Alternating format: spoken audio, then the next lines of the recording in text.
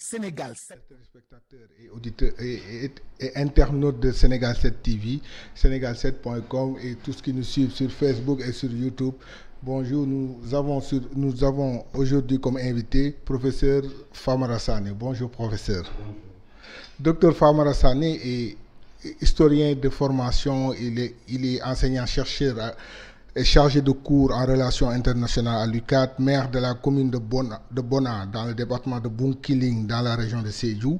Il est aussi vice-président de l'AMS, l'Association des maires du Sénégal, ancien président de la Commission des affaires étrangères du Sénat et membre du comité directeur et du secrétariat national du PDS. Bonjour, monsieur Sané. Bonjour. Et on va commencer notre discussion aujourd'hui sur l'actualité phare au Sénégal qui est la gestion de la COVID-19. Comment vous analysez ce que le gouvernement a fait jusqu'à présent sur cette pandémie qui a fini de mettre le monde à genoux? Merci beaucoup. Je remercie tous les téléspectateurs de Sénégal 7 et je remercie également l'équipe technique qui nous a invités sur ce plateau pour partager sur certaines réalités au niveau national, peut-être international. Et revenant au thème, à la question sur la pandémie, je pense que le gouvernement du Sénégal a eu à faire de bonnes initiatives et nous avons constaté que peut-être que c'est dans la démarche et dans le déroulement qu'ils ont faussé. Par exemple, ils ont tardé à réagir, à prendre toutes les dispositions parce que la pandémie s'est déclarée en Chine à partir de décembre 2019 et il a fallu dans la sous-région asiatique au mois de janvier, particulièrement le 20 janvier avec le Japon, la Corée, l'Indonésie qui ont eu les premières victimes et donc nous avions nos étudiants qui étaient là-bas qui étaient dans une situation de détresse et donc il était un peu, le gouvernement a hésité s'il faut les rapatrier ou ne pas les rapatrier. Finalement il a opté pour travailler avec la Chine et les garder là-bas. Mais maintenant c'était le moment où il fallait prendre toutes les dispositions pour fermer les frontières, pour voir, parce que nous avons été contaminés de l'extérieur, donc ça a été une certaine lenteur. Le déroulement, les stratégies vraiment ont manqué. Mais il faut rappeler une chose, avant d'en revenir à ce qui se passe maintenant, qu'au début, les gens félicitaient le gouvernement et le corps médical du travail qu'ils avaient effectué. Bon, pourquoi attendre maintenant pour dire qu'ils ont tardé à faire cela? Oui, nous avons félicité à travers des actions, des initiatives qu'ils ont prises. Mais dans le cadre de la politique de prévention, ils ont tardé. Ils ont tardé parce qu'ils ont laissé les frontières ouvertes jusqu'à ce que vraiment le pays soit contaminé pour prendre maintenant des dispositions. Là, à ce niveau, ils ont tardé. Maintenant, dans le déroulement même du programme, dans l'aide, dans la prévention, dans le secours au niveau des populations, là également, ils ont tardé. Ils ont, de moins, la stratégie laisse à désirer parce que, imaginez-vous par exemple, pour l'aide, un gouvernement qui est là, qui doit, parce que la maladie ne fait pas de choix. Les présidents sont contaminés, les ministres, les directeurs, le petit paysan également est contaminé. Pourquoi, en donnant l'aide, on privilégie ceux qui bénéficient uniquement de la sécurité alimentaire, de la sécurité de bourse sécurité sociale. La bourse sécurité sociale. Donc, il fallait donner à toute la population. Personne ne doit être épargné. Donc, mais mais ça aussi, est-ce que l'État avait les moyens de prendre en charge les 16 millions de Sénégalais, tout en sachant que même pour les 100 milliards, 1000 milliards qu'ils avaient dit qu'ils allaient mettre dans le fonds, ils ont peiné à le ressembler. Non, le peu qu'ils ont, ils pouvaient vraiment distribuer ça à tous les Sénégalais. Le peu. Pourquoi donner 2 sacs, 3 sacs comment faire si ce qu'ils ont fait n'a pas suffi? Comment ils devaient faire alors? Non. Pourquoi donner à une personne 2 sacs 10 cartons de savon, ainsi de suite. Mais il faut demander, chaque personne, chaque habitant doit avoir 50 kilos, ou bien 20 kilos, ou 30 kilos. Dans les familles, nous avons un foyer qui regroupe plusieurs personnes dans un foyer. Donc, il fallait prendre cela en compte. Mais si vous donnez, il y a des familles, il y a une bonne partie de la population, sinon je peux dire, les 40% de la population n'ont pas bénéficié de cette aide. Et ces gens souffrent. Ils ont arrêté leur activité. Prenons le cas des chauffeurs. Mais les chauffeurs, il n'y a pas longtemps, ils ont reçu leur aide alimentaire aussi. Est-ce que c'est tout le monde qui a reçu? Peut-être que c'est ceux qui ont... Mais aussi, il faut dire que le gouvernement a mis tout ça en place avec la bénédiction de presque toutes les forces vives de la nation. Tout le monde, même les plus sceptiques comme Ousmane Sonko, ont même donné avis favorable au président pour la lutte contre la corruption. On lui a donné avis favorable. Maintenant, pour dégager les stratégies, c'est à lui de voir comment il va faire. Mais il n'a pas dit, quand il a reçu ses opposants, il n'a pas dit je vais faire ça, je vais faire ça, je vais faire ça. Sinon, ils allaient lui suggérer. D'ailleurs, je pense que Sonko a eu à lui suggérer quelques pistes dans le cadre du déroulement de son programme. Effectivement. Donc, je pense que c'est à ce niveau, mais sinon, dans l'ensemble... C'est acceptable. C'est acceptable. C'est le professeur qui parle, qui donne une note alors. Pour en revenir toujours à la COVID-19, exactement ce qui se passe maintenant, c'est que on a vu la prolifération des cas de transmission, des cas issus de la transmission communautaire et ce que les médecins redoutent. Et en plus, il y a les cas graves qui augmentent. Est-ce que notre système de santé pourra, à ce rythme, résister à la maladie? Non, absolument pas.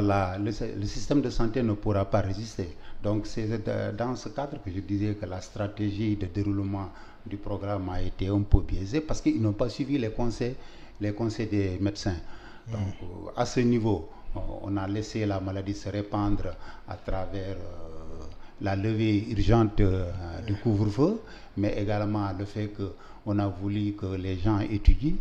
Peut-être que là, à ce niveau, ils ont pris des dispositions qui font que les cours se sont déroulés dans de très bonnes conditions, mais des situations sociales traditionnelles aidant, telles que la tabaski et autres, les voyages, le non-respect des consignes au niveau du transport. Concernant la tabaski, il y a des experts qui avaient prévenu l'État sur cela. Ils avaient dit que si les gens se déplacent à l'intérieur du pays pour célébrer la fête là, la maladie allait se propager. Parce qu'on a constaté maintenant que, par exemple, à Ziguinchor, on a chaque jour dans les 12-13 cas. Oui, évidemment, parce que là, la maladie a quitté son foyer originel qui se trouve être la ville de Dakar pour se répandre à l'intérieur à travers les pèlerins, à travers les ressortissants qui sont revenus pour les fêtes ou bien les cérémonies qu'on organise. Mais pour le cas de Ziguinchor, c'est une question géostratégique. Parce que le cas de Ziguinchor, c'est lié à la frontière avec la Gambie et ce pays a tardé à prendre des dispositions. Donc parce qu'il y a même, j'écoutais beaucoup de radios au niveau de la Gambie, ils ridiculisaient les Sénégalais même pour dire il suffit de venir pour dire que voilà, les Sénégalais, alors que la maladie était présente effectivement. Parce que l'autre question aussi, c'est la Guinée-Bissau aussi. D'ailleurs, c'est là où c'est beaucoup plus grave. À la frontière avec la Guinée-Bissau, nous sommes à 19 km de la frontière et les Bissau-Guinéens se soignent au Sénégal et les frontières sont difficilement contrôlables. Et les gens avec le phénomène Jakarta, ils viennent jusqu'au dernier village, ils prennent les Jakarta pour prendre les pistes. Alors ça, c'est pour cela Ziguinchor aujourd'hui est une ville vraiment à l'image de Dakar. Mais cela, c'est une défaillance au niveau de l'État quand même. Si l'État qui avait déclaré avoir fermé les frontières terrestres ne peut pas gérer cela, c'est extrêmement grave. C'est vrai, au niveau des entrées principales, c'est fermé. Mais maintenant, au niveau des pistes, je vous dis que c'est le système du Jakarta. Effectivement. Donc, ce sont ces mobylettes qui acheminent les populations, les gens viennent, à Ziguinchor, tous les jours, il y a un mouvement de va-et-vient entre Ziguinchor et la Guinée-Bissau. Mais quand même, les pistes rurales là, l'État les connaît. Parce que l'État n'est pas censé ignorer cela. Il faut qu'il prenne des responsabilités. Parce que le CTE de Ziguinchor n'a pas la même capacité qu'à Dakar. Si ça continue comme cela, ça la sera situation de Ziguinchor demande beaucoup de moyens. Ça sera catastrophique. Non, ça demande beaucoup de moyens dans la mesure où c'est une question d'insécurité qui règne dans cette région. Donc, vous n'allez pas déployer aussi les forces de l'ordre dans la brousse sans pour autant prendre toutes les dispositions pour les protéger. Donc, c'est pour cela nous constatons que au niveau de Ziguinchor, je pense que l'État doit revoir vraiment sa politique, afin de freiner cette pandémie. Sinon, de jour en jour, la situation risque de s'aggraver. Mais cette pandémie ne nous renseigne pas sur nos principes priorité. Parce que pourquoi faire des autoroutes à péage au moment où vous peinez à soigner votre population? Ah non, vous pensez que s'il n'y avait pas d'autoroute à péage au Sénégal, à Dakar, personne n'allait atteindre même l'hôpital. Je suis d'accord. Je donne un exemple. Oui. Pourquoi investir sur les infrastructures terrestres ou routières? Pendant ce temps, la population sénégalaise peine à se soigner. Non, attention, les infrastructures sont le levier du développement. Il faut partir des infrastructures pour pouvoir atteindre certains objectifs. Ça c'est quand c'est coordonné. Oui. Mais on sent que ce n'est pas du tout coordonné. Par exemple, je donne l'exemple de l'hôpital d'Al Diam. Le PCA, il démissionne. Il dit que le président veut investir sur quelque chose qui n'est pas une priorité. Non, mais ça, c'est le pouvoir qui est comme ça. Le pouvoir est comme ça. Mais nous avons besoin des infrastructures. Maintenant, peut-être que l'argent est dépensé dans certains domaines alors que ces domaines ne relèvent pas de la priorité. Ouais. Il y a d'autres domaines qui sont vraiment qui sont priorités qu'il faut régler. Donc, le problème de la santé. Nous avons des infrastructures. Réellement, nous avons des infrastructures sanitaires, mais l'accompagnement à travers les moyens, c'est ce qui manque. Mais si ces infrastructures ne sont pas équipées aussi... Il fallait recruter suffisamment d'agents de la santé, suffisamment de médecins, mais également les mettre dans de bonnes dispositions. Les mettre dans de bonnes dispositions. Pourquoi pas donner une forte somme à ces gens-là mensuellement ou journalièrement? Ils seront davantage motivés, même avec le peu de moyens ils sont. Et aussi relever le plateau technique. Hein? Et relever le plateau technique, comme vous l'avez dit. Parce que le professeur Moussa Seydi, en visite à Ziguinchor, avait fortement dénoncé ça. Il avait dit que à Ziguinchor, le CTE était en lambeaux, ils n'avaient même pas de respirateur. Non, pour Seydi, il a donné beaucoup de conseils, mais malheureusement, quelque part, à leur sein, il y a eu aussi des adversaires qui étaient là pour fausser les données. Donc, la conséquence, c'est ça.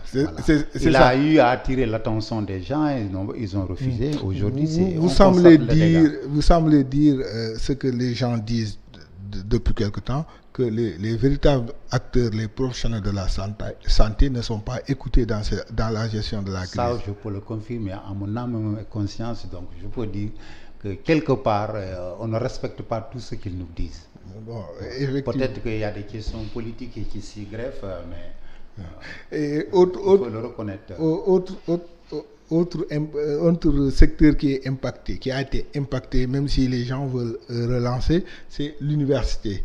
L'université est en arrêt depuis mars. Vous devez reprendre normalement en septembre. Est-ce que l'université est prête à accueillir les étudiants en ce moment-là? Je pense les vrais professeurs titulaires peuvent vous répondre à la place des autorités universitaires, mais moi, selon mon constat, je pense que l'université n'est pas dans de bonnes dispositions pour reprendre les cours. Pourquoi? Parce que ce qu'on a fait au niveau il faut attendre même le secondaire. Même le secondaire. Vous pensez qu'à l'ouverture, on peut regrouper les gens par 25 ou bien 50. On n'a pas le Sénégal est un pays d'abris provisoires. Et les abris provisoires, on les retrouve même au niveau des universités. Effectivement. Donc, à l'université, le problème se pose. Je pense que le SAES a eu à élever sa voix et a donné son point de vue là-dessus. Donc, je pense qu'il va falloir revoir les différentes interventions qu'il faut vraiment faire au niveau de l'université pour pouvoir vraiment reprendre réellement les cours. Mais sinon, en septembre, je pense que l'université ne pourra pas vraiment. Parce que si on prend l'exemple de l'université de Dakar, c'est presque 100 000 étudiants. 100 000 étudiants qui devront rejoindre les amphis. Si on devrait occuper toutes les écoles de Dakar, on va occuper toutes les écoles. Toutes les écoles. Ouais, c'est ça. Hein? C'est ça. Et il y a autre chose. Est-ce que ça ne pose pas la question des cours en ligne?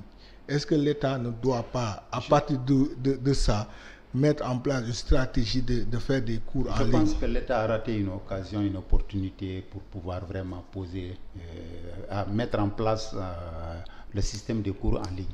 Ce qui se fait à l'université virtuelle, avec cette pandémie, durant les vacances, on devrait mettre les gens dans de très bonnes conditions pour essayer de travailler là-dessus et permettre à toutes les universités d'appliquer ce système de cours en ligne. Effectivement.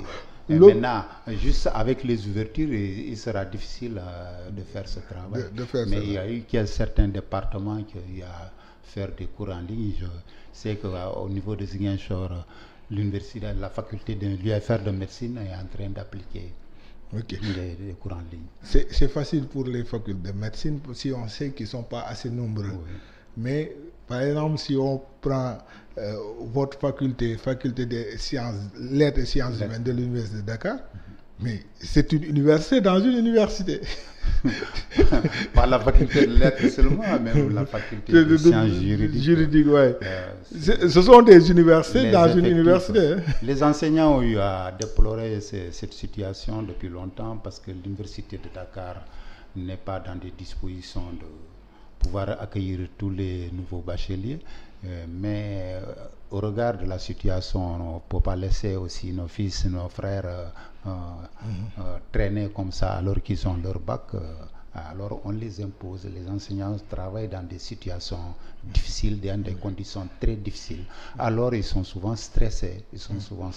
Mais ils fournissent des efforts immenses pour pouvoir vraiment satisfaire.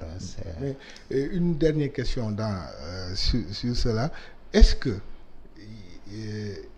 tous les bacheliers devraient rejoindre l'université? Est-ce que tout le monde est destiné à faire des études supérieures?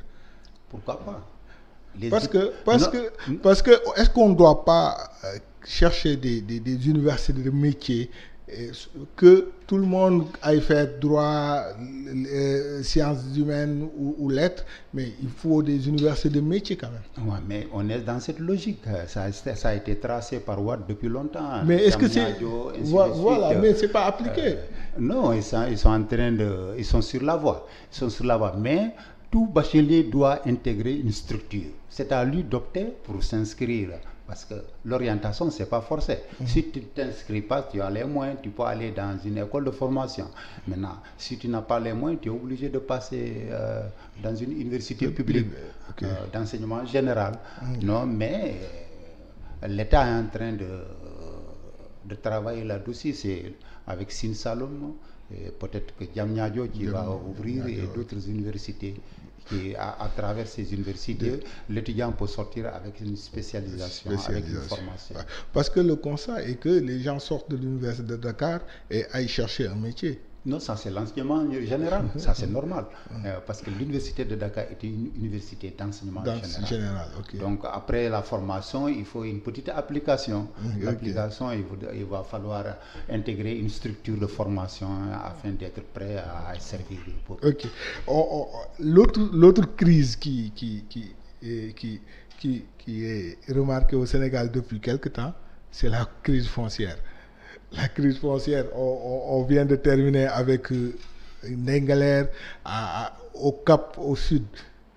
Les gens parlent de de foncier à l'intérieur du pays, à Fanaï, partout. On parle et la dernière en date, c'est l'affaire de Toben.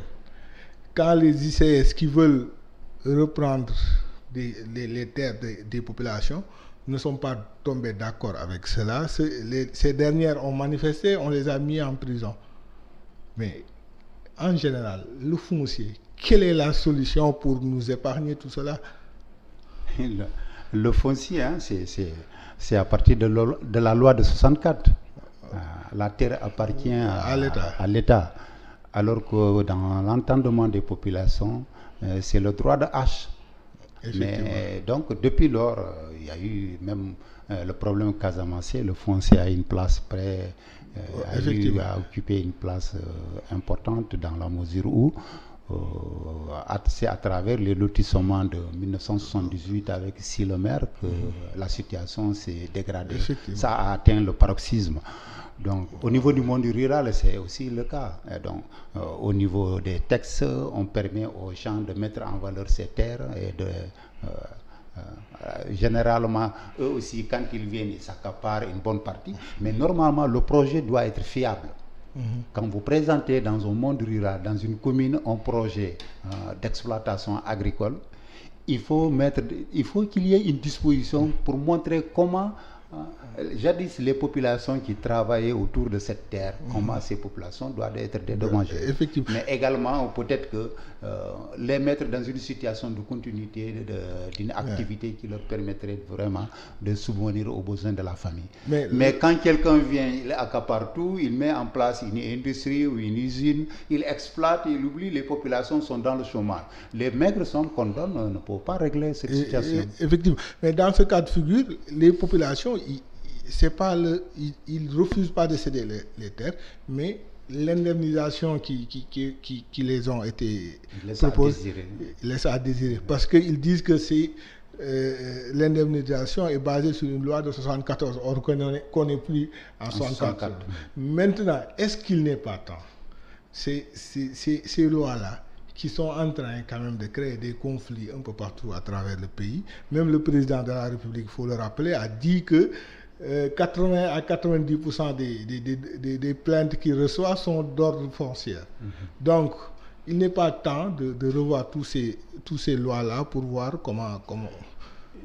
Je pense que le foncier, il y aura toujours des problèmes. Le besoin est là. La mise en valeur, il faut mettre en valeur ces terres. Et majoritairement, les populations qui résident dans ces zones n'ont pas les moyens.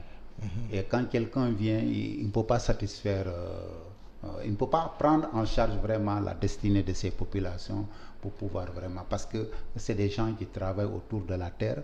Donc, quand ils n'ont plus de terre, est-ce que l'industrie et l'agro-industrie qui est là pour employer ces gens comme ouvriers pleins et pendant une période bien donnée jusqu'à la retraite? C'est ça le problème. En Europe, la situation, le développement de l'agriculture s'est fait à travers la mécanisation, mais également les populations sont devenues des ouvriers. Mais on a vu même à ce niveau, beaucoup de révoltes, beaucoup de problèmes se sont posés avec le développement, ce qui a conduit au développement des syndicats, et ainsi de suite. Donc ici, on ne prend pas souvent, on vient, on indemnise une maigre somme, ensuite on les oublie. Et ils sont là, ils sont obligés de venir de vendre dans les rues de Dakar, d'être des marchands ambulants. Donc, tant que cette situation de prise en charge des populations au niveau local n'est pas réglée, alors je pense qu'il y aura toujours des problèmes fonciers. Mais aussi, vous pensez que c'est normal, par exemple, que l'État se déplace dans votre commune à Bona, chez des populations qui maîtrisent pas, qui savent pas c'est quoi la loi du domaine national, et venir brandir ça et pour prendre leur terre? Mais ça, quand même, il faut le revoir, parce que les gens dans une société où 78% des gens n'ont pas fait l'école française, et les 22% qui ont fait l'école française ne connaissent pas tous la loi. Non, le problème, ce n'est pas le fait d'être éduqué, d'avoir bénéficié d'une scolarisation ou pas. Mais le problème, c'est que Si vous prenez la terre de quelqu'un, permettez-lui de trouver une autre activité de substitution. Mais avec cette Tant loi, que cela n'est pas réglé, il y aura... mais avec cette loi, l'État ne prend pas la terre de Cela, quelqu'un. je vous dis qu'il y aura toujours des problèmes tant que le gouvernement... Mais il faut revoir ces lois. non, il faut... Là, c'est vrai. Parce que la loi aussi, elle est faite pour les hommes. Elle est post-coloniale, mais c'est inspiré un peu de réalité de la colonisation. Effectivement. Et donc, avec le monde évoluant, donc, il va falloir vraiment revoir cette loi et essayer de l'adapter par rapport au contexte. Parce que certains craignent et pourquoi pas trouver des lois spécifiques selon les réalités, selon les zones. Parce que certains craignent ce qui se passait en Zimbabwe, se passait au Sénégal, où il y a eu révolte des Noirs majoritaires. Non, au Zimbabwe, là, c'est un peu différent. Au Zimbabwe, l'État a arraché les terres des Blancs d'une minorité bien précise. Voilà. Et a redistribué aux populations, aux autres populations. Effectivement. Donc là, c'est un peu différent. Mais alors que ces gens étaient des agriculteurs, des industriels, agro-industriels. Mais au Sénégal, faut-il pas avoir une loi qui va prioriser les autochtones sur tous les projets. Mais tout cela, c'est à travers une concertation. Et c'est à travers une concertation qu'il y aura peut-être une étude sur cette question pour voir comment vraiment ne pas prendre en charge. Parce que la bombe sociale, là, elle est là. C'est évident, surtout dans certaines zones, c'est évident. Et vous savez, non, il faut le dire, parce que le problème Casamance, la terre était au centre aussi. Il y a aussi, durant votre magistère, l'affaire de Fanaï, il y a eu ça aussi, et il y a eu même mort d'homme. Donc il faut que l'État se ressaisisse, l'État sénégalais se ressaisisse et mette les populations au devant.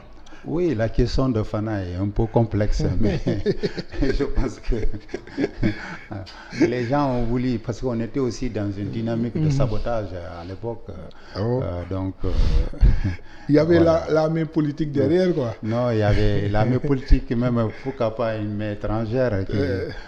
Il fallait tout saboter à l'époque. Toutes les initiatives du vieux, alors on a vu même les commerçants partout, tout le monde. On va revenir à la politique et commencer par votre parti. Qu'est-ce qui se passe au PDS? Non, il se porte bien.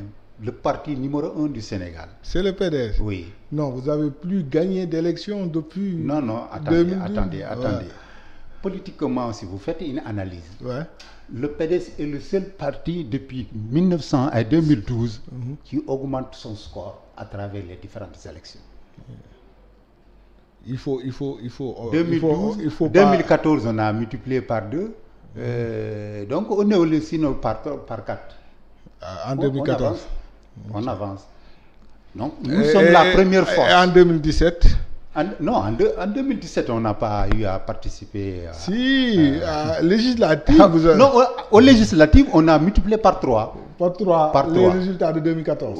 Oui, on a multiplié de 2012. De 2012. On a multiplié par 3. Donc vous avez reculé quand même. Non, on n'a pas reculé. Si vous avez multiplié les résultats de 2012 par 4 en 2014 et par 3 en 2014. Les résultats de 2012 sont multipliés par 2 sinon en 2014. Et en 2017, nous avons multiplié par 4. Et de 2017 par 3. Et de 2017 à maintenant, vous n'en savez rien. Non, nous sommes là, nous travaillons au niveau des bases. Mais il faut dire que de 2010... Parce que nous avons des militants aussi disciplinés. Ils sont un peu difficilement déboulonnables pour rejoindre d'autres partis. Non, quand même, on a vu des caciques du PDS. Lesquels? Omar Sarr, c'est un cacique. Omar Sarr. Oui. Il y a El Hadj Amadou Sall. Oui. Il y a Babacar Gaye qui viennent de mettre sur pied Soukali Sopi ou quoi, je ne sais pas. Mais qui ont quitté votre parti. Mais chez nous, selon la vision du PDS, le PDS c'est comme une machine, une passoire Tu connais du temps du Saloum, le bassin arachidier. On met là-bas les arachides et on essaie de dérouler. Les mauvaises graines tombent et les autres passent. Et le monde évolue. Ok, vous faites le tri, vous faites le tri et vous avancez. Ils ne sont pas patients. Ils ne sont pas patients depuis Farandiaï, les autres, ils sont tous partis, ils ne sont pas patients. Ça ne nous a pas empêché d'évoluer, d'arriver au pouvoir après 25 ans de lutte. Et on se retrouve dans l'opposition et ça, c'est notre vision.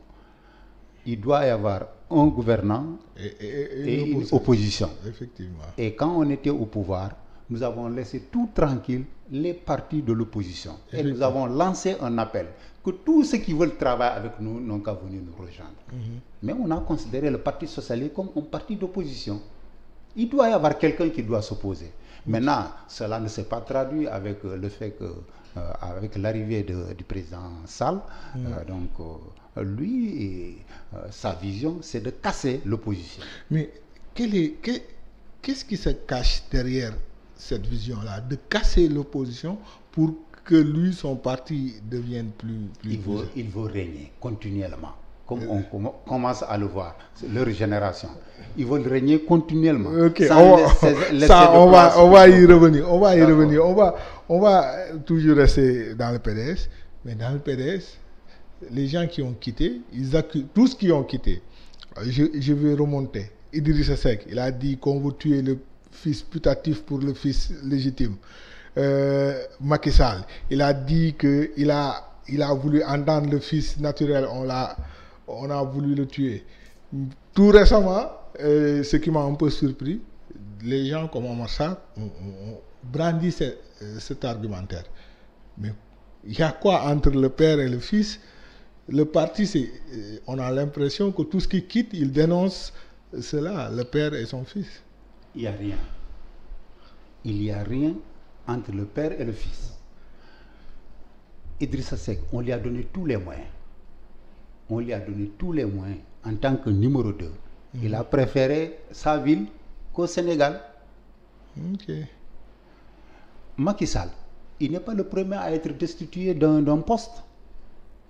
Abdou Diouf a eu avec son ami Habib Thiam. Effectivement. Pourquoi lui, quand il est Premier ministre, mais est-ce que c'est pas le fait que le président lui demande que l'Imala Diokhon d'Elom? Non, mais ça c'est... On est en politique. Peut-être qu'il y a quelque part un bras de fer. On lui demande de rendre ce qu'on lui a donné. Et le président Abdoulaye Wade avait l'habitude de prononcer cette phrase. Il a dit à Feu Mbaye Jacques Diop, il a dit à Macky Sall, du temps de son pouvoir, quand il est en conflit avec quelqu'un qui gère une institution, il lui demande de lui rendre ce qu'il a remis. Non, mais ça c'est l'interprétation des non, gens. C'est des faits, hein, c'est des faits. Hein. Il a fait avec Maître Jacques Diop du temps du CRAES, ça c'est vrai. Non, attends, quand à travers un bras de fer, on peut vous dire rendez ce que vous a donné. Ouais. Oui. Mais on est dans par exemple, prenez le cas de Macky Sall. Ouais. Il s'est départi de Mimi Touré. Ouais. Il s'est départi de son actuel Premier ministre. Ouais. Mais c'est quoi? Est-ce que ces derniers se sont rebellés pour aller... Mais c'est pas la même configuration. C'est la même configuration. Non, Macky Sall, il était président d'une institution. Mais c'est la même chose. Mimi Touré a été Premier ministre. C'est pas une institution. On est d'accord sur ça? Non, attendez, c'est la même chose. C'est pas parce que vous êtes président de l'Assemblée nationale ou bien Premier ministre que vous ne devrez pas démissionner. Si on trouve, parce que vous n'êtes pas là, vous n'êtes pas indispensable. Dans le cadre du travail, chacun peut donner son expérience. Maintenant, il a eu à donner, on l'a amené au niveau de l'Assemblée nationale. Ouais. Au niveau de l'Assemblée nationale, il y a des fautes graves qui se sont produites. Quelle faute? Non, peut-être qu'on reviendra. Quelle faute? On a le temps. Quelle faute? Non, parce que quand vous voulez entendre quelqu'un, c'est à son patron que vous devrez vous référer. Effectivement. Pas une lettre directe au concerné. Donc, il y a eu quelque part des fautes de gestion. Alors, les gens n'ont pas voulu consommer cela et ils ont considéré cela comme une frustration. Il a quitté 4 ans après, il vous a gagné. Oui, c'est ça, mais c'est ça la démocratie. Nous sommes des démocrates. Okay. Nous sommes des démocrates. On ne vole pas les élections. Nous sommes des démocrates. Vous n'avez jamais volé les élections? Non, jamais. En 2007, à la surprise générale, vous sortez avec 55%, 55,90%. Oui. Et ça a surpris. Les gens ont dit, le président Wade a dit que ce sont des Guinéens qui ont voté. Non, parce qu'il a amorcé un travail et que les gens voulaient qu'il termine ce travail. Okay. Donc c'est ce qui fait qu'en 2007, on a gagné largement. Mais nous, quand on était au pouvoir, nos difficultés ont commencé en 2010, 2011, particulièrement 2011 et 2012. Selon ce que vous avez entendu, vous pouvez témoigner. J'ai combattu l'autre, l'histoire nous donne raison. Est-ce que président Abdoulaye Wade n'avait pas terminé de gérer et il voulait continuer? Pour moi, logiquement, il avait terminé. Mais lui, il voulait continuer. Et c'est cette frustration-là. Ce ne sont pas les politiques qui ont réveillé les populations qui lui ont dit, non? Non. C'est le combat de Wade qui est combattu. Qui a été vraiment au centre de tout cela. Mais le 23 juin... Non, attendez. C'est le combat de Wade. Ce qui a mobilisé la communauté internationale, a apporté son soutien. Est-ce que, par exemple, le jour du 23 juin, moi j'étais présent devant les grilles de l'Assemblée nationale. J'ai même fait partie des blessés. Mais le projet de loi qui a été proposé, quand même, 25%, tu es élu comme président de la République, ça c'est facile. Avec un ticket qui pourrait être lui et son fils. Non, c'est l'interprétation que vous apportez. Mais de toute façon, quand Wade a su que les choses évoluaient favorablement pour l'intérêt de la population, des populations, il a pris une décision noble. Et voilà. Ce qui a permis à Macky Sall d'être le président de la République du Sénégal.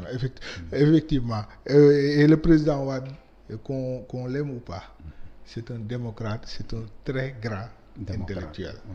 Ça, merci. Je le lui concède. Mais dans son parti, toujours, j'ai entendu El Hadji Amadou Sall, Maître El Hadji Amadou Sall dire le PDS signifie pas du dom du sornasi.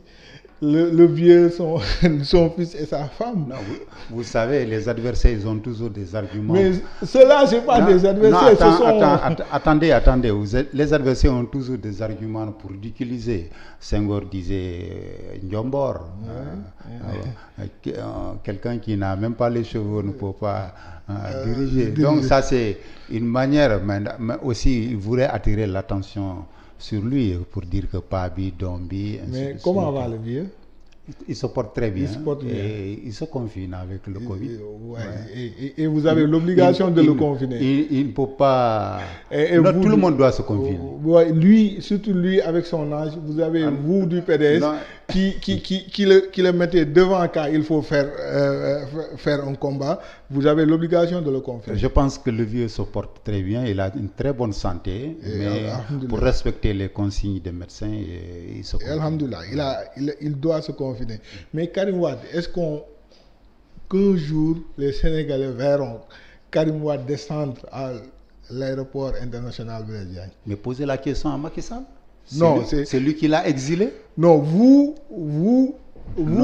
non, c'est Macky Sall qui l'a exilé. Bon, moi, j'ai pas encore vu Macky Sall. En catimini, on lui a fait un passeport diplomatique. Le jour où j'aurai Macky Sall ou un de ses partisans ici, je vais lui demander. Mais vous du PDS, est-ce que vous pensez réellement que Karim Wade va... Inch'Allah, je pense qu'il va revenir. Est-ce qu'il n'a pas négocié quelque chose sur votre dos? Non, il ne peut pas négocier. Parce que remettez-lui son passeport, simple, ordinaire, s'il ne va pas rentrer. Parce que pour revenir, pour entrer au Sénégal, il faut avoir un passeport. Si on lui donne son passeport, il rentre. On lui a pris son passeport. Non, parce qu'on lui a fait un passeport, on l'a exilé en catimini, il est parti, sans pour autant vraiment... Et cela coule douce au Qatar.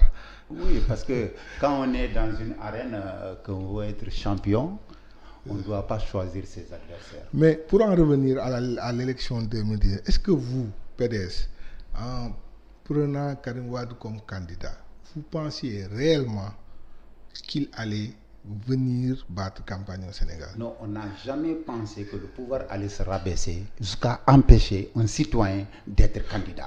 Mais c'est le code électoral qui l'interdisait parce qu'il a été condamné à 5 ans de prison. Non, quel code pour une juridiction spéciale? Mais attends, il a été condamné pour ça. C'est une juridiction spéciale. Et au moment où l'élection se déroulait, il y a eu des structures internationales qui ont eu à dénoncer cela. Donc, pour la crédibilité d'un président, c'est de mettre tout le monde dans le champ. Mais moi, je pensais que c'était simplement un acte politique que vous posiez. Un acte politique pour l'avenir du pays? Non, on ne badine pas. Vous étiez sérieux? On était sérieux, mais on avait des interlocuteurs, des collaborateurs. Mais pourquoi vous n'avez pas soutenu un autre candidat après? Non, demandez à Omar Sarr. Ah bon? Demandez à Omar Sarr. Pourquoi quand on a invalidé la candidature, il s'est tué. Ah bon? Ça se voit aujourd'hui, c'est pour cela qu'il est parti. Mais vous... Quand il a eu des difficultés, il s'est débattu pour vraiment se faire entendre. Mais quand on a invalidé la candidature de Karim Wade, personne n'a bougé. Eux qui étaient au devant, qui contactaient régulièrement Karim Wade. Pourquoi ça? Qui géraient. Non, parce qu'ils avaient un plan. C'était quoi leur plan? Ce plan? Ouais. Non, ce plan, c'est peut-être de mettre à côté le PDS et de se propulser ou bien de contrôler ce parti. Ou de négocier en douce avec fort possible. Il négocie ça, mon.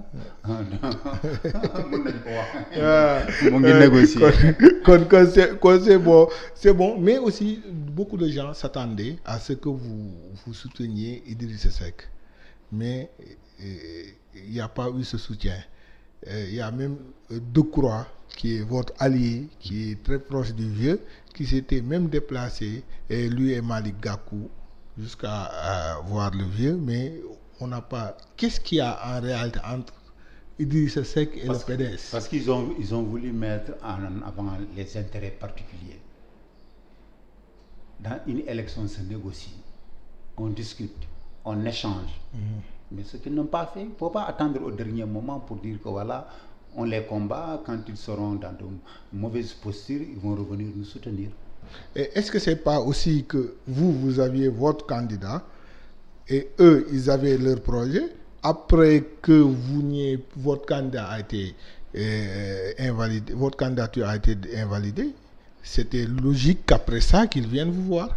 Non. On a lancé en vain un appel à Idrissa Seck, à tous les partis pour une concertation, pour dégager des stratégies, pour faire face à Macky Sall. On a même proposé à ce qu'on boycotte l'élection. Il fallait que le pouvoir accepte. Il y a un certain nombre de conditions qui devraient, entre autres le fichier électoral. Mais ils n'ont pas accepté. Le vieux a quitté depuis Paris pour venir ici. Mais ils ont envoyé, beaucoup d'entre eux ont envoyé des délégations. Et il fallait qu'ils viennent. Il fallait entamer, depuis lors, il fallait entamer des négociations pour mettre en place une stratégie. Un président qui dit clairement, je veux casser de l'opposition, donc il faut vraiment faire face à cette situation. Mais beaucoup d'observateurs disent que Abdoulaye Wade a fait l'affaire de Macky Sall. Parce que les négociations laissez-moi terminer. Les négociations de Conakry, c'était ça le contenu. C'est qu'il fallait qu'il ne dérange pas la réélection de Macky Sall. Moi, je n'ai pas été à Conakry, je n'ai pas eu un communiqué. Mais ce qui s'est passé, on a entendu Maître Abdoulaye Wade faire des discours incendiaires. Tout le monde s'attendait au pire. Il va à Conakry, il revient, il se calme. Mais dans notre combat, personne ne nous a soutenus.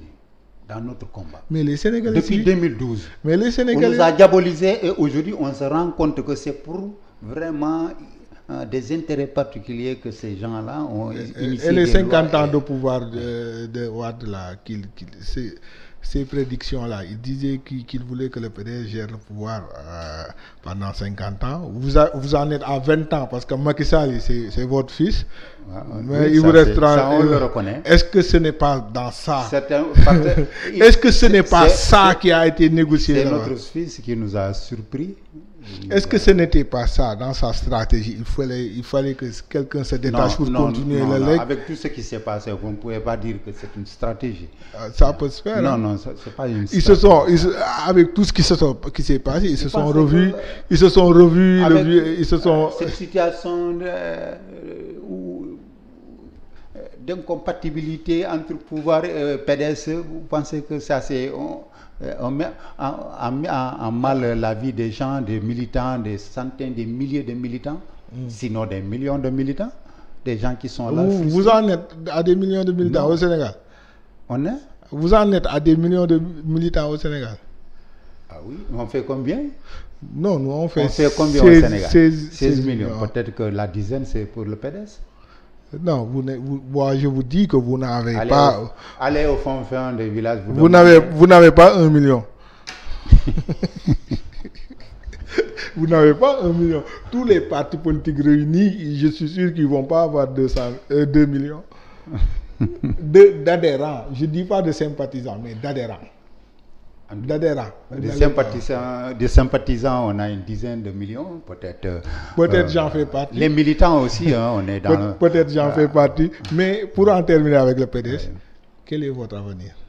L'avenir du PDS. Et bientôt, on est en voie, on va revenir au pouvoir, Inch'Allah. Ouais. Hormis Abdoulaye Wade et son fils, quels sont les leaders charismatiques qui pourront émerger au PDS, parce que beaucoup sont partis? Souleymane Ndéné Ndiaye, Omar Sarr, tous sont partis. Il reste que vous. Beaucoup sont partis, mais beaucoup sont encore là. Ouais. La grande majorité est encore là. J'ai vu que votre génération a commencé à prendre le pouvoir, vous, Baragaï et tout cela, vous avez commencé à prendre le pouvoir. Un parti politique, c'est une continuité. Ouais. Personne n'est indispensable. C'est pour cela, quand les autres partent, la machine continue à tourner. Oui. Effectivement. La machine va continuer à tourner. Les élections locales, vous serez prêts? On est fin prêt. Vous êtes prêts? Oui. À aller même aujourd'hui. Mais il s'est dit qu'à Bunkiling, votre département, oui. C'est la chasse gardée du PDS. Ouais. En tout cas, nous avons... Et vous êtes l'artisan des dernières victoires du PDS. On reconnaît un peu que les populations nous font confiance et savent mesurer donc vous êtes... l'impact du travail du les élections locales, ça sera pour quand? Ça, c'est le pouvoir. Ça, c'est le pouvoir. Mais il y a l'agenda républicain qui est là. Oui, peut-être l'agenda aujourd'hui, c'est au mois de mars 2021. Mais ça dépend des... Avec leur dialogue politique, dialogue social, dialogue national. Non, nous ne sommes pas dans ce cadre-là. Mais c'est là-bas que ça va se décider. Oui, on les attend. Vous les attendez? Nous, on attend. Il suffit qu'ils décrètent la date. Mais dans la spécificité du CID, on a vu que Ousmane Sonko commence à prendre le dessus à Ziguinchor. Vous à Bunkiling. Est-ce que si vous pensez faire coalition avec Sonko pour battre le pouvoir dans le sud en général? Mais Sonko et le PDS n'ont pas été... En 2017 peut-être, en 2017 nous avons plus de voix que Sonko. Et les 2019 on n'a pas... Le PDS ne s'est pas présenté. Et personnellement, je dis dans toutes les communes où Sonko a remporté, c'est beaucoup de militants du PDS l'ont soutenu. Et vous pensez que vous allez récupérer tout ça? Ah non, ça c'est chez nous, dans toutes les façons. Donc vous êtes prêt à aller en élection locale? Et oui. si ce n'est pas fait, si ce n'est pas la date de mars 2021 n'est pas respectée? On va se battre pour que ça soit... Comment vous allez faire alors? Vous battre discours comme ça, mais se battre c'est des actes. Comment vous allez faire? Mais le fait de dénoncer... Donc vous allez dénoncer, vous n'allez pas voir. On va dénoncer, on va sensibiliser les gens. Ouais. Il faut que tout le monde adhère. Si Mais tout le monde adhère, ça va pas passer. Le PDS le PDS d'avant pouvoir, si c'était le PDS d'avant pouvoir, ils allaient sortir dans la rue. Ah non, on a en face de nous un régime qui n'est pas démocratique. Est-ce que vous n'avez pas peur? Utilise la Est-ce que vous n'avez pas peur? Non. Vous avez fait face au PS. Le PS était beaucoup plus sadique que ce régime. Oui. Et vous avez fait face au PS. Pourquoi maintenant vous êtes devenu bourgeois, vous êtes embourgeoisé ou vous avez été gagné par la peur? Non, c'est pas la situation. Dès 2012, on a entamé des luttes. Au lendemain des élections présidentielles, on a organisé des manifestations. Mais les gens vous avez été mou. Non, on n'a pas été mou. Moi, j'ai pas vécu beaucoup de temps avec généralement dans l'opposition, mais entre 1990 et 2000, ce que j'ai vécu et ce que je me rappelle avec les avec vos alliés, les Moustarchidines, tout cela, vous avez tenu tête au régime du PS. Oui, le contexte évolue. Maintenant, qu'est-ce que ça impose? Aujourd'hui, le PDS est seul face à des gens qui veulent le gouvernement. Mais le PDS n'est pas seul. Il y a des gens de l'opposition. Il y a le PASTEF. Il y a Idriss. Je sais que vous ne voulez pas parler d'Idriss. Non, ils n'ont jamais assisté à nos manifestations. Ni Idrissa Seck ni PASTEF. Ils n'ont jamais assisté à nos manifestations. Non, vous quand même, vous ne gobez pas le gars là. Lequel? Le gars de Réumi. Non, vous du PDS. Pourquoi on le dit? Bon. C'est un de nos produits. Non, mais je sais pas, mais vous le gobez pas. Non, vous le gobez pas. Est-ce qu'il s'est déplacé pour aller rencontrer le vieux et lui Est-ce que le vieux a accepté de le recevoir? Non, on n'a reçu aucune demande. Bon, c'est ça. Il faut discuter entre vous. Vous êtes des libéraux, mais je pense que... Ça ferait du bien pour le Sénégal. Ça ferait du bien. Oui. Donc vous êtes preneur. Cette stabilité, ces démocrates, s'ils reviennent au pouvoir, donc le pays va évoluer. Vous pensez que si Idriss vient voir le vieux, vous serez encore beaucoup plus fort? Non, ça dépendra de l'issue des négociations. Mais je sais une chose.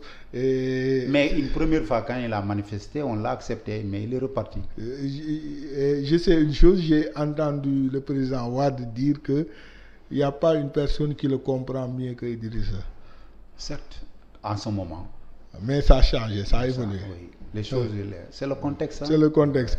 Maintenant, quand lui, il change, on commence à... Mais quand même, vous êtes disposé à discuter avec lui. On est ouvert à tous les partis. Mais particulièrement lui, vous êtes... Je vous dis qu'on est ouvert à tous les partis. À tous les partis. Oui. Merci beaucoup. Notre invité, c'est Dr Famara Sané. Il est enseignant à l'Université de Dakar. Chargé de cours à l'Université de Dakar.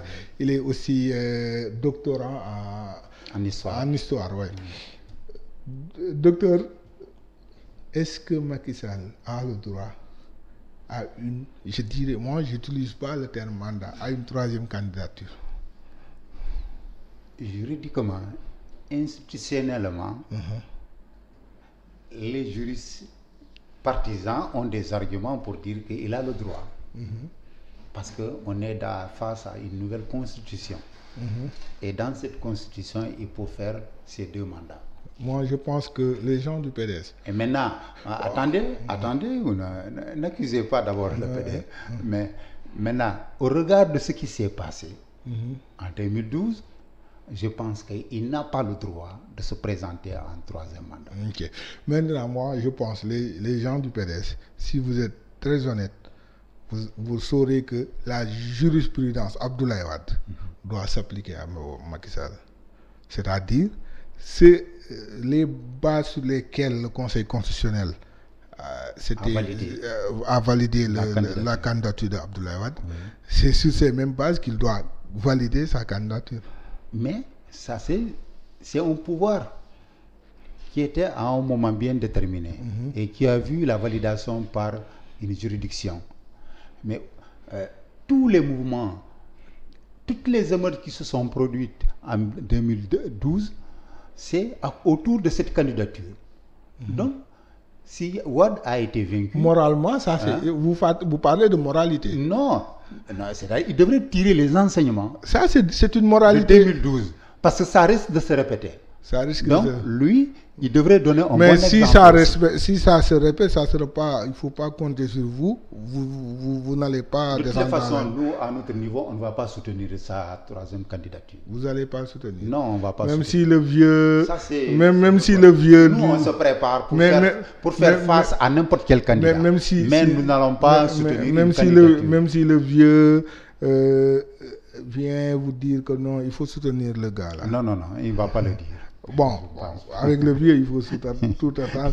Mais il y a aussi des gens qui disent que il peut ne pas se présenter dans la mesure où il va donner l'opportunité à votre candidat de 2019 de se présenter en 2024 sous sa bannière ou sous votre coalition. De toute façon, nous ne cherchons pas de faveur. Vous ne cherchez pas de Non, faveur. non, nous demandons à être mis, nous demandons à être mis dans de très bonnes conditions pour aller à la tête des Est-ce voix que des vous pensez que si Macky Sall, parce qu'il faut dire, un fait est là, hein, Macky Sall depuis 2007, il a été victorieux. 2007, il a été votre directeur de campagne. Vous avez gagné au premier Il tour. dégringole. Il Attends, dégringole. attends, 65%. J'argumente. On vient à 51. J'argumente. 51. Attends, il a fallu qu'un bourgeon qui se prend le risque pour aller désorienter. Attends, j'argumente. statistiques. Ah non, faut pas me déconcentrer. Oui. J'argumente. En 2007, Oui. il a été votre directeur de campagne. Vous avez gagné avec 55,90%. En 2012, il est candidat. Vous allez au deuxième tour. 2 candidats, il gagne avec 65, et quelques pourcents. En 2019, encore lui qui gagne avec 58. Non, ça c'est. 58,26%. Oui. Il a dégringolé de 65 à 58. Non, c'est pas. De 65 à votre 58. analyse là sur ça, c'est biaisé. En 2012, c'était au deuxième tour. Il avait le soutien de plusieurs des candidats qu'il a affrontés en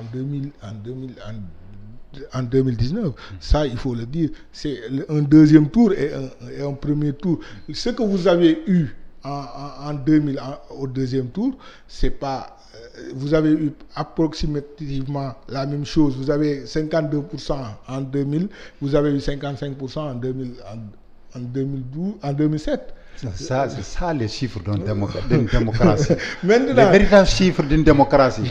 Pas les 65 et autres, hein, des résultats. Donc, de toute façon, il a eu 58% la Oui. dernière fois. Il a gagné.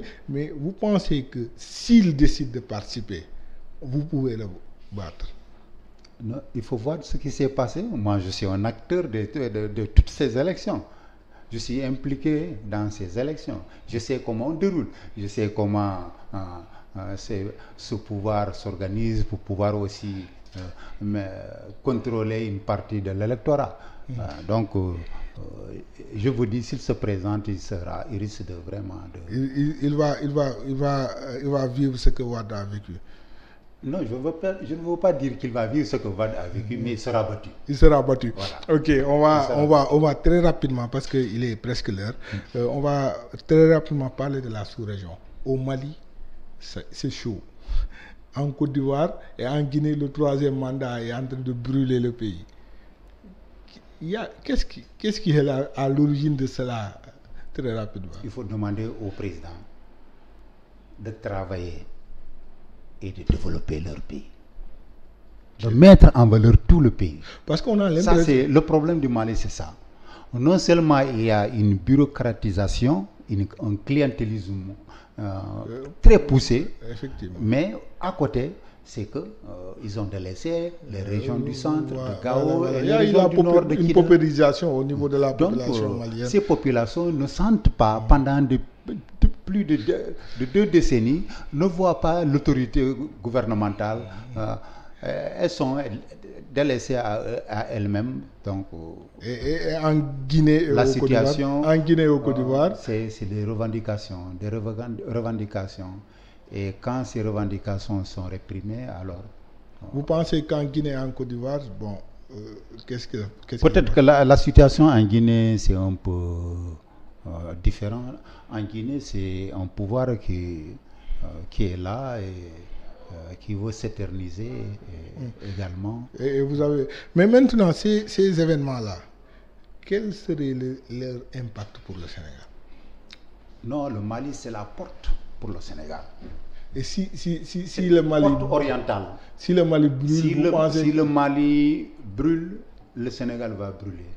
Si le Mali tombe entre les mains des djihadistes, donc ces derniers vont... Que nous faut-il faire? Alors, on ne peut même pas les empêcher d'entrer au Sénégal. Et d'ailleurs, peut-être que rien ne nous dit qu'ils sont là ou qu'ils ne sont pas là. Et quelle est la solution en 30 secondes?